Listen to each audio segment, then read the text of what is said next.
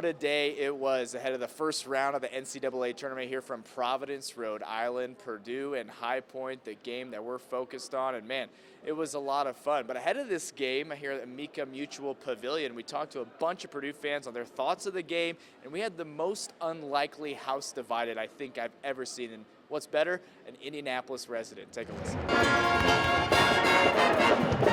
Boilers fans are on the East Coast ready for this first round NCAA matchup, feeling good about Purdue's chances. You know, a little nervous, but this one's his spring break this time. It's his first actual Purdue game, so bringing him up, having a good time. I think they've got the experience to manage going against double-digit Cs, but we have to do it by committee. You know, we've got a couple guys that are stars and they need a little bit of help, and I think the rest coming out of the Big Ten tournament is going to help them in this one. They'll have fresh legs, and I think they're ready for it. Yeah, no, I think the Boilers will do good today. I think that they've got a chip on their shoulder from the last several weeks going 6-9. So I think it's going to be, I think Boilers will pull this one out. Brian Koenig lives in Avon and is a huge Purdue fan. And get this. Yes, we have a son who is a senior at High Point University. He chose High Point over Purdue.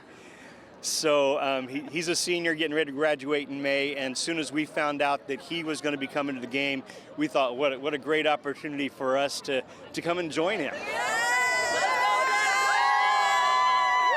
Sure enough, his son Kyler showed up, donning his Panthers gear and ready for a Cinderella story. I went wild, called them immediately after, and knew immediately that I had to go to the game. I couldn't miss out. Okay, so what do you think's going to happen today? High Point's going to win, absolutely. Absolutely. We've got a bet going on. Not to mention maybe a little friendly family wager. Purdue wins, he has to reimburse us for all 4 years at High Point. I think that's completely fair. Don't you? Yeah, absolutely. What do you say to that?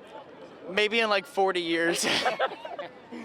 How about that? The Koenig family, man. High Point, Purdue, a house divided. Now, we did have a basketball game to be played here from Providence. 4-seeded Purdue, 13-seeded High Point. We talked about it at length going in. High Point was not a team to take lightly, and Purdue most certainly didn't. It was back and forth at the start of the game. Purdue took a 10-point lead into the locker room. High Point got it down, the deficit down to just 3 late in that second half. Purdue promptly went on a 7-0 run and kept them at arm's length the rest of the way. The experience incredibly valuable in this game. Braden Smith with 20 points, Trey Kaufman-Wren with 21. Getting the win 75-63 over High Point, and the rebounding, the big story of the day. Purdue out-rebounding the Panthers by 21. Get this, 19 offensive rebounds for the Boilermakers. Had a chance to go one-on-one with head coach Matt Painter after the game and talk to a lot of the players in the locker room as well. Take a listen to what they had to say after getting the win here in the first round. Here in the bowels of the Amica Mutual Pavilion after Purdue gets it done in the first round of the NCAA Tournament, a 12-point win over 13-seeded High Point. Joining me now, head coach of the Boilers, Matt Painter. Coach, it felt like every time they got close, you guys responded with a run. What do you attribute that to in your reaction to the game? Yeah, I think more than anything in the game was just all the possessions we had. We had fewer turnovers. We had a lot more rebounds. We had 19 offensive rebounds. And I think collectively our guys did a really good job. And that ends up being the difference. We had to make a couple key baskets once they cut it to 3. Trey Kaufman makes a turnaround. Braden gets to the rim. We get it back to 3 possessions. But at the start of the second half, we weren't getting a lot of stops. But to finish the game, we were, and I think that's what really separated for us. And then we handled the press. We had 1 turnover there. We did a good job of handling it besides that 1 possession. You mentioned rebounding, out-rebounding them by 20 overall. Is that just effort? I mean, that was the difference in the game you just said. I think it's effort, but it's also keeping the ball in front of us. Anytime you're constantly playing from behind and you're in rotations, you're not going to have good rebound balance. We did a better job of keeping the ball in front of us. Okay, and now next game, McNeese, Clemson, you get a chance to kind of recover here. What's the kind of message strategy next 24, 48 hours as you find out your opponent? Yeah, you get some rest, right? Get some rest, watch this game, figure out who we're playing. Obviously, we try our best to get prepared for both teams. And then really kind of go from there. We have a lot of guys with experience that have been in this round, and so that's what we want, man. We want to be able to get past this, get to the next round, and keep competing. Awesome. Thank you so much, Coach, for your time. Congrats on the win. That's head coach Matt Painter, Dominic Miranda. It was an incredible shot, and we were lucky that went down. I looked at him funny too, but it was awesome. But I just think, they're a great team, and they were here for a reason, and they showed why. And the game was so back and forth the entire time, and I think me and Trey and all these other guys that have been through it, we understand kind of how to keep our composure and just stay with the game. Like, it's going to be ups and downs. Just make the next play and keep going, and I think we just made some good plays down the stretch. It just gives us more opportunities. Like you said, if we're out rebounding them by however much we did, it just gives us extra possessions. Like the offensive rebounds to kick out threes, and we had one possession really early where we had like 4 or 5 shots, and then none of them went. But just getting those extra possessions, I think is big time for us. And then limiting turnovers at all and winning that turnover battle, that's huge as well. Yeah, no, it's big time. There are a lot of young guys on our team, and it's their dream to be here. So I think they did a great job coming in and doing their job and sticking with that. And I think you can't ask anything more. They rebounded their butts off. They made shots when they needed to, and they did their job. So, we're obviously very happy for that, and it's huge for us in our program. Just especially the guys that come off the bench, they just did a great job of coming in and giving effort. So Every time they got close, you guys calmly responded with a run, kind of kept them at arm's length. What do you attribute that to? honestly think it's just our experience. It's just our experience. We've been in these moments, and we've been in this position. Like I said, we've had wins and losses from that, even this year. So just staying composed and trying to huddle as much as possible and get everybody, together on the same page. What's the strategy kind of these next 24, 48 hours? You don't know your opponent quite yet. You will here soon. But just the message, I guess, the strategy here. Yeah, we're going to watch this game and then get off our feet. Obviously then look at film and whoever wins the game and go from there. It's no secret at this point. We need rest. Not a lot of on the court work, just more of scout and figuring out a game plan for them. Just the way Matt managed the first half between you and Bill, obviously wanting to keep them from getting their third foul. How important was that stretch when you came in, kind of got going offensively, and he obviously did his part? Yeah. No, I liked it because I don't know if earlier in the year he put me back in with 7 minutes left. I thought it was wraps for the half. But no, I'm glad that he trusted me, offensively. And then, like I said, we have a bunch of players, and we got a lot of guys who are really good at basketball. And so I'm glad Will got an opportunity and came in and did his best. How do you still be aggressive when he puts you back in the 2 fouls? Do you stand down on the boards? How do you I don't. You just got to be super smart. If it's any situation in which the ref can, call a foul, you just try to avoid those as much as possible. Fletcher, it just seemed like every time they got close, you guys responded with a run and never let it take the lead, especially in that second half. Just the experience, the resolve of your group. Yeah, I think it's what you got to do to win in March. Teams are going to make shots. Teams are going to go on runs. The crowd's going to get into it. They're going to root for the upset. But we did a good job of sticking to our rules, doing our job, and executing down the stretch. Yeah. What do you have to say just the rebounding numbers, especially? You guys out-rebounded by more than 20, I want to say. Just the work on the glass there to keep them, at arm's reach. Yeah, it was huge. We talked a lot about how physical the Big Ten is, and they were the best offensive rebounding team in their conference. So making sure we're treating them like they're the physicality of like a team like Illinois or Michigan State. So going in with that mindset, our bench did a great job. Will and Cam and Jakari came in and rebounded like no others. So our bench came in and did great for us. Yeah, just seeing one getting the one win, and now it's McNeese or Clemson. Is that kind of? You guys are an experienced group, not settle the nerves, but just seeing one go through the hoop, I guess, and you have the next round to look forward to. No doubt, it's definitely great for the guys who haven't been here yet, but ultimately just taking it one game at a time, whether it's McNeese or Clemson, us getting ready, us getting our bodies ready to go get another win. What's the most important thing over these next, 24 to 48 hours to get ready for that second one?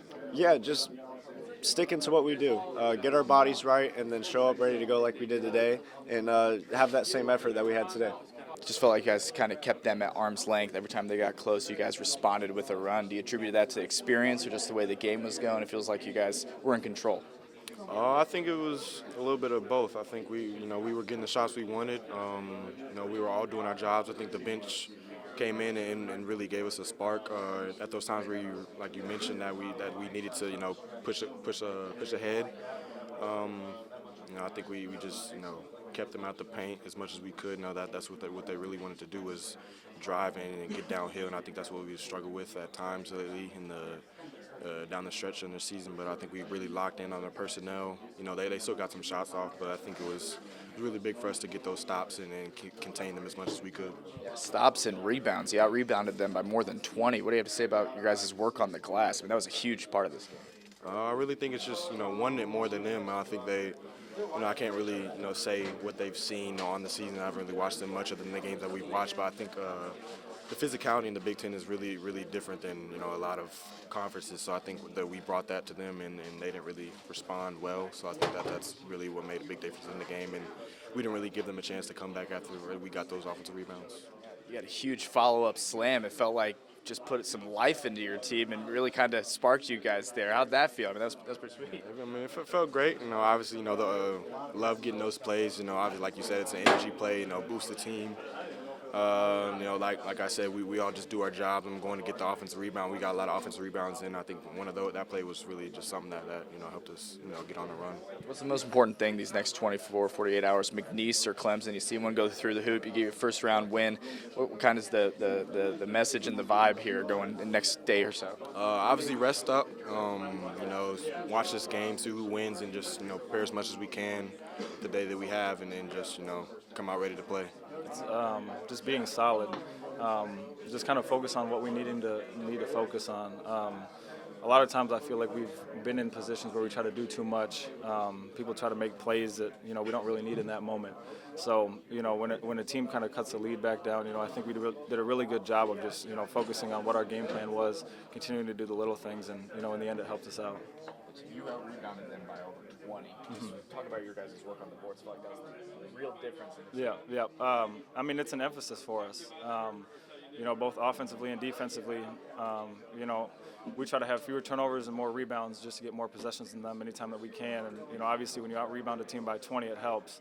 And we know that when other teams get offensive rebounds, they get more possessions, they get another opportunity to score. So if we can try to limit that as much as we can, and then obviously crash the glass on the offensive end and get more shots, it's most of the time going to work out in our favor. Every time they got close, you guys responded with the run. You attribute that to experience? Just felt like you guys were in control even when it was getting close? Yeah. I'd just say it's being level-headed. Not getting too caught up in the moment. Foul calls, whether we agree or disagree. We can't change what the ref calls. If they call a foul, it's a foul, unfortunately. So we can't do anything about that. So I think it's just kind of huddling, sticking together, realizing that the goal is to win the game. Focusing on the little details that have helped us, put ourselves in the position to be up by 10, to be up by more than that, and continuing to execute on both the offensive and defensive end. What's the biggest kind of message or strategy these next 24, 48 hours? You watch this next game, find out your opponent, rest, recovery, just what's the vibe? Yep. I mean, it'll really be just, watching the next game, getting off our feet, being able to get lots of fluids in our bodies, hydrating a lot. And a lot of it's mental preparation. Obviously we can't do too much because, we'll have tomorrow to practice and watch film and scout, and then, we'll play again. So, we really can't do too much physically. So, a lot of it's mental preparation, knowing scouting reports, knowing who we're playing, and then being able to hydrate and eat right. So Purdue happy, not satisfied, and take a look at that. McNeese, the 12 seed, getting it done over Clemson, the 5 seed in the game directly after Purdue. Is the first upset of the day on Thursday, and a big-time one. Remember, McNeese, I know they're a mid-major.